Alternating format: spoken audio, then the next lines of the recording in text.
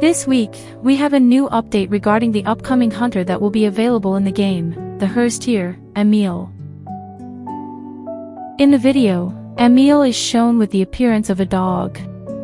Lore experts probably already know why this happens, but there are also those who are new to the lore and might still be confused about why Emil looks like that, or how Emil became a hunter. In this video, we're going to dive into that topic, based on the available clues so far. Herztier is the upcoming hunter that will be available in the game on August 13th, along with Season 43 Essence 3. This hunter is the alternate identity of the patient, Emil. From the design, we can tell that Herztier resembles a feral dog, and there's quite a tragic backstory behind it. I've already talked about Emil's backstory many times before, so I'll just give a quick summary to save time. Emil was born as the fourth son in an impoverished, dysfunctional family. His mother suffered from a mental illness that required her to be tied to a bed, and due to poverty, the family decided to sell him because he was the youngest and therefore the weakest member of the family. From this alone, Emil's life was already defined by survival. After all, abandoning the weakest member of the family is often compared to animal behavior in nature. Possibly before the age of 5, Emil was sold to someone who owned a dog-fighting ring. For those of you who don't know, dog fighting was a form of entertainment during the Victorian era, where two dogs, or sometimes other animals, were placed in a ring to fight, sometimes to the death. People would place bets on them and watch the fights for entertainment. Think of it as gladiator combat, but with animals. In the hands of the dog-fighting owner, Emil was forced to work as a beggar. However, he performed terribly at it. During his time as a beggar, he met a teenage girl who sympathized with him and gave him a loaf of bread. That young girl was Ada Mesmer, someone who would later play an important role in his life. One day, he snuck into the fighting ring for a reason that God knows. Some people believe the reason was that he was starving and looking for food. Whatever the reason might have been, he entered the ring and accidentally triggering the dog's aggressiveness, and ended up fighting the dogs inside. Coincidentally, the audience cheered happily, and after seeing their reaction, the dog-fighting owner decided that Emil was better suited to the fighting ring than begging. From that day on, Emil lived his life as a fighter in a dog-fighting ring, battling dogs to entertain the audience and survive. He lived in a kennel and ate mushy food that might have been the same as what was given to the fighting dogs. This suggests that even the dog-fighting owner himself no longer saw Emil as anything more than a fighting dog. Years of enduring that kind of treatment gradually blurred his humanity. Over the years, he forgot what it meant to be human, instead displaying dog-like behavior. This part of Emil's life is important because it explains why Herztier resembles a feral dog. Things, however, did not continue that way forever. Years later, Emil somehow drifted away and was eventually found on White Sand Street in England. His memory was fragmented, and he was declared an amnesiac. In addition to that, he suffered from recurring manic episodes, placing him among the asylum's most dangerous patients.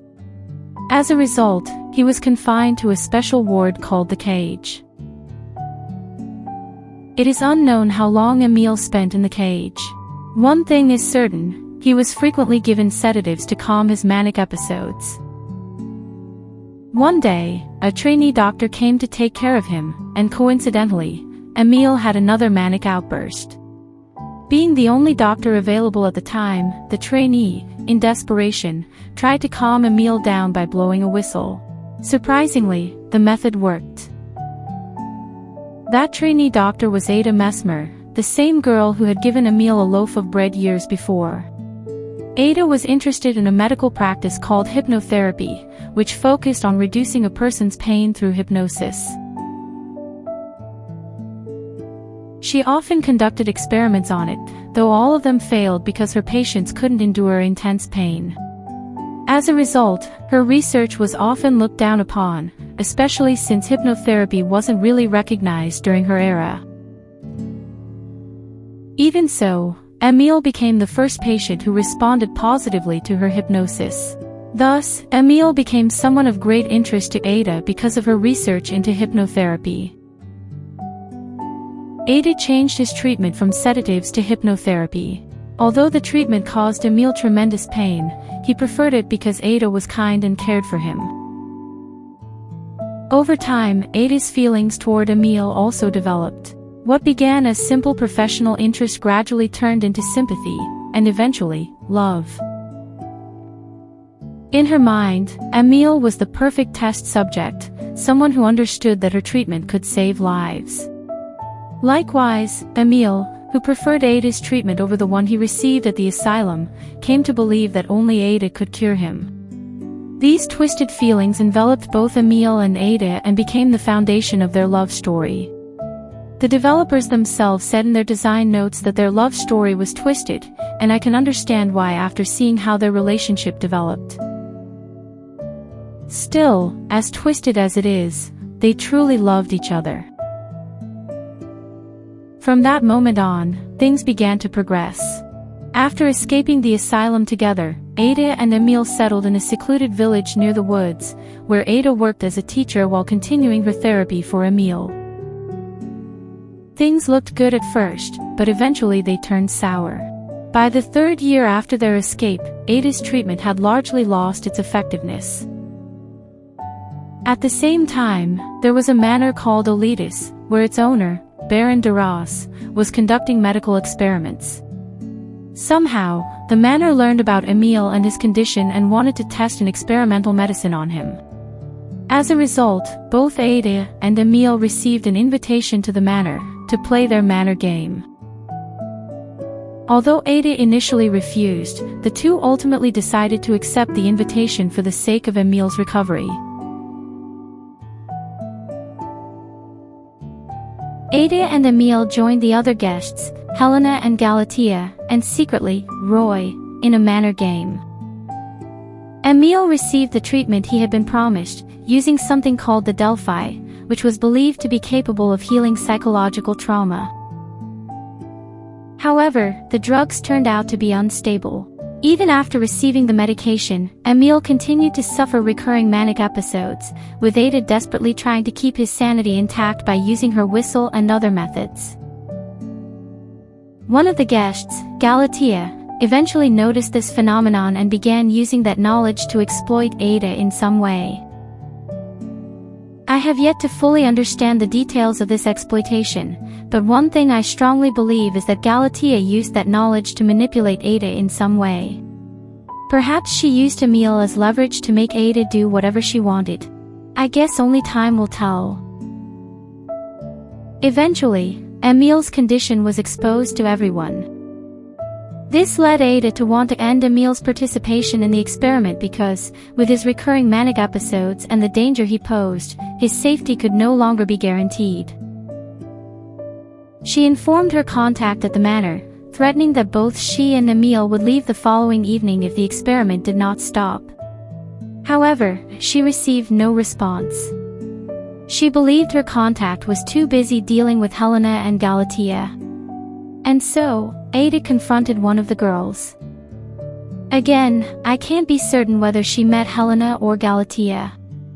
One thing is certain though, whoever she met that day, she realized that person was far more dangerous than they appeared. During dinner that evening, Ada noticed something else. Emil's medication was missing. It turned out to Ada that the girls, and perhaps the whole experiment, was simply targeting Emil all along. With the medication missing, Emil suffered yet another manic episode, one that Ada once again tried to contain. It is unknown how long she managed to keep him under control, but eventually, all her efforts failed.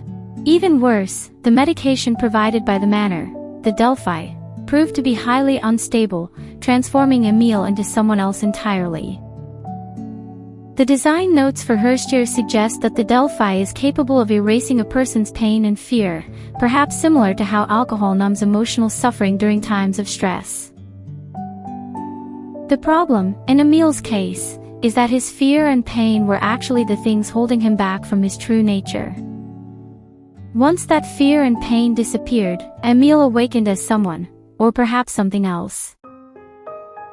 Emil had suffered mistreatment throughout his entire life, enduring unimaginable hardship for years. Perhaps once those feelings of fear and pain were stripped away, his true nature finally emerged, one that was aggressive, violent, and dangerous. And thus, Herztier was born. If this interpretation is correct, then Herztier isn't simply Emil turning into a monster. If anything, he is the result of a lifetime of abuse, with the only restraints he had left being stripped away by Delphi. In terms of appearance, the dog might be a metaphor of his past, or in most cases within the Manor game, a hallucination of someone. This is different from Lucino, who literally transformed into a monstrous lizard. Later on, in the promotional video, we see Ada, Helena, and Galatea being chased by Herztier through the forest of no return. Perhaps by this point, Emil had already lost all of his consciousness, becoming completely consumed by aggression and attacking anyone in his path. This forced the Manor staff to intervene, which is why, near the end of the promotional video, we see someone believed to be Roy loading his shotgun, preparing to shoot Emil dead. All in all, this is the best interpretation I can come up with regarding Herztier's origin. For this analysis, I gathered information from people across different platforms, especially Reddit and the IDV Discord server.